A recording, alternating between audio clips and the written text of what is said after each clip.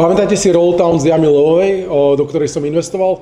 Tak teraz som tu s Punitom a Punit už otvoril aj kamennú prevádzku. Potom, čo máte food truck, tak už máte aj kamennú prevádzku na Kamennom námestí. Veď ako inak. Ako ti ide biznis? Už dobre, už je Mars, tak veľmi dobre. A december, január, to je najlepší. OK, a si spokojný s investíciou z Jamilovej? Že si rád, že si tam bol? Áno, prosím. Would you go there again? Áno, prosím. Určite. I would definitely suggest, že ľudia ísť na Jamilová, to je dobrý tam mentor a peniaze a marketing. When you send money back? When I send the money back, okay. When you earn money.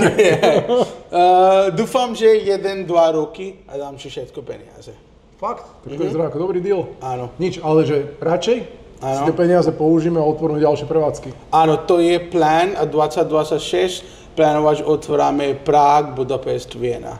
Tam je dobré ľudia a máš rád indický kuchynia, veľa ľudia. Dobre, na to sa teším. Tak radšej reinvestujme všetko späť, nemusíš posielať žiadne dividendy, len to investujme, nech rastiete ďalej. Áno, prosím, presne to je plán. OK, ďakujem, rád som ťa zase stretol. Ďakujem. Čau. Čau.